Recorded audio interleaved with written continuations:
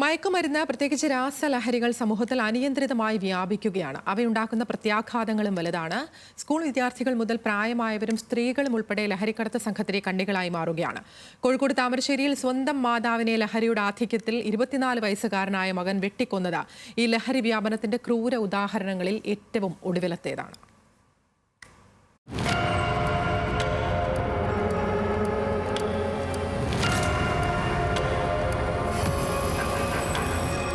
രാസലഹരിയുടെ അടിമകളായി മാതാപിതാക്കളെ പോലും കൊല്ലുന്ന മക്കളുടെ വാർത്ത കേട്ടാണ് ഈ ദിവസങ്ങളിൽ കേരളം ഞെട്ടിത്തരിച്ചു നിൽക്കുന്നത്. ആ കൂട്ടത്തിൽ ഏറ്റവും ആഘാതശേഷിയുള്ള ദൃശ്യങ്ങളായിരുന്നു ഇത്. ആഷിഖ് എന്ന കുറ്റവാളി എങ്ങനെ രൂപപ്പെട്ടു എന്നു കൂടി തെരഞ്ഞാലേ രാസലഹരി എന്ന കൊടും വിപത്ത് എவ்விதമാണ് നാട്ടിൽ വേരുപടർത്തിയിരിക്കുന്നത് എന്ന് തിരിച്ചറിയൂ.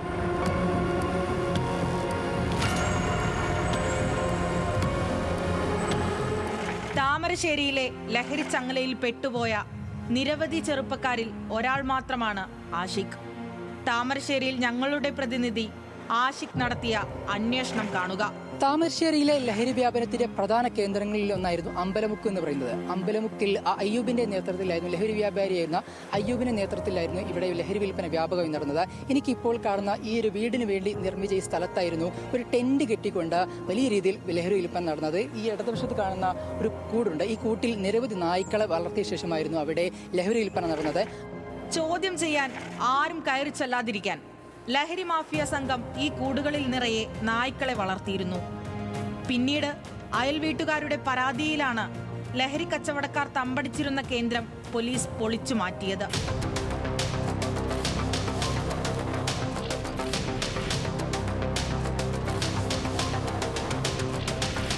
രാത്രി സമയത്ത് ഇവർ ഇവിടെ തമ്പടിച്ച പോണം നിന്നിട്ട് ഒച്ചയും പാട്ടും ഒരുപാട് ഇതും അങ്ങനെ ഇതാകുന്ന സമയത്ത് ഞാൻ എന്നാണ് ഹസ്ബൻഡിൻ്റെ അടുത്ത് പറഞ്ഞ ഒരു ക്യാമറ വെക്കണം എന്നുള്ളൊരു ഇത് മുന്നോട്ട് വെച്ചത്. അങ്ങനെ ഈ രാത്രി 4 മണിക്കൊക്കെ ആണെങ്കിലും വണ്ടി ഇങ്ങനെ പോകുന്നു, ലൈറ്റും ഇതൊക്കെ ഇങ്ങനെ ബെഡ്റൂമിലേക്ക് ഇങ്ങനെ വന്ന സമയത്ത് അങ്ങനെ ഒരു ഇത് വെക്കണം നല്ലതായിരിക്കും. നമ്മളെ സേഫ്റ്റിക്ക് ഓലമ്മൽക്കൊന്നും പോകാനും ഇതാക്കാനൊന്നല്ല. കഴിഞ്ഞ 2 വർഷത്തിനിടെ താമരശ്ശേരിയിൽ ലഹരി വസ്തുക്കളുടെ വിൽപ്പനയും വ്യാപകമായി കൂടിയിട്ടുണ്ടെന്ന് നാട്ടുകാർ സാക്ഷ്യം പറയുന്നു. ലഹരി വസ്തുക്കൾ ഉപയോഗിച്ചതിന് ശേഷം ചെറുപ്പക്കാർ തമ്മിൽ സംഘർഷവും പ്രദേശത്ത് പതിവാണ്.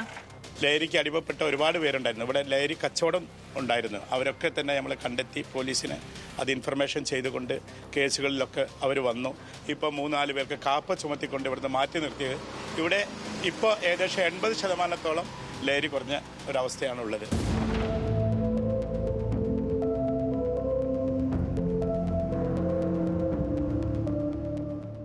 നാടിനാകെ ശല്യവും ഭീഷണിയുമായി മാറിയ ലഹരി വ്യാപനത്തിനെതിരെ ആരെങ്കിലും ശബ്ദമുയർത്തിയാലോ അവരുടെ വീടുകളടക്കം ആക്രമിക്കപ്പെടും.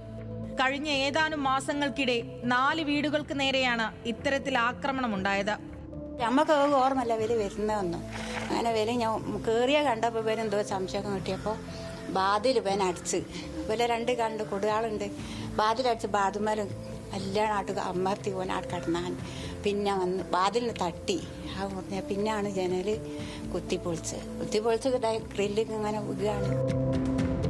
600ഓളം കുടുംബങ്ങളുള്ള കുടുക്കിലുമാരത്ത് ലഹരിക്കെതിരെ മഹല്ലുകളുടെ നേതൃത്വത്തിൽ ശക്തമായ പ്രവർത്തനം തുടങ്ങി. ഇതോടെയാണ് ലഹരി വ്യാപനത്തിന് അല്പമെങ്കിലും അറുതിയായത്.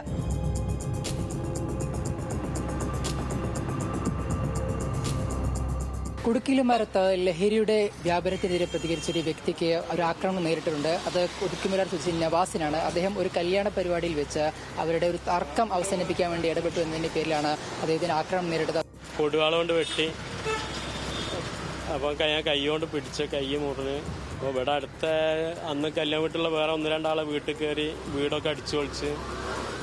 വീട്ടിൽ നിന്ന് വെട്ടാനോ പോയപ്പോൾ ഓനോ ഓടി വീട്ടിൻ്റെ ഉള്ളിൽ റൂമിൽ കയറി. അതുകൊണ്ട് കഴിച്ചിലായി കിട്ടിയ. താമരശ്ശേരിയിലെ ലഹരി വ്യാപനത്തിന്റെ പ്രധാന കേന്ദ്രമായി ഇപ്പോൾ താമരശ്ശേരി ചുരം തന്നെ മാറുന്ന ഒരു സാഹചര്യമാണുള്ളത്. പ്രത്യേകിച്ച് കഴിഞ്ഞ ദിവസങ്ങളിൽ ഒരു താർ വാഹനം ഇവിടെ അപകടത്തിൽപ്പെട്ട് കിടന്ന് അത് നോക്കിയ സമയത്ത് അതിൽ പോലും NDMA കണ്ടെത്തുന്ന ഒരു സാഹചര്യം ഉണ്ടായിരുന്നു. ഇങ്ങനെ വലിയ തരത്തിൽ ബാംഗ്ലൂരിൽ നിന്നടക്കം ലഹരി കൂടുതലായി വരുന്നത് താമരശ്ശേരി ചുരം വഴിയാണെന്നുള്ളതാണ് പ്രധാനമായിട്ട് കാര്യം. ഇതൊരു മലയോര മേഖലയാണ്, ഒളിസങ്കേതങ്ങൾ ഇഷ്ടംപോലെ ലഭ്യമാണ്. അതോടൊപ്പം ബാംഗ്ലൂരാണ് ഈ രാസമയക്കുമരുന്നുകളുടെ ഒരു പ്രധാന നിർമ്മാണ കേന്ദ്രം. അവിടുന്ന് കടന്നു വരുന്ന നാഷണൽ ഹൈവേയിലെ പ്രധാനപ്പെട്ട ഒരു ഇടത്താവളമാണ് അടിവാരം എന്നതുകൊണ്ട് ഈ സാധനം സുലഭമായി ലഭിക്കുന്ന ഒരു സാഹചര്യമാണ് നിലവിലിവിടെ ഉള്ളത്. ഏതൊരു നിത്യോപയോഗ വസ്തുവും പോലെയുള്ള രാസലഹരിയുടെ ലഭ്യതയാണ് ഏറ്റവും അപകടകരം. ലഹരിയും ക്രിമിനൽ മാഫിയകളും ചേരുന്ന മാരക വിഷക്കൂട്ട് പിന്നെ വിട്ടുപോകാനാകാത്ത വിധം ചെറുപ്പക്കാരെ ലഹരിച്ചൂഴിയിൽ തളച്ചിടും.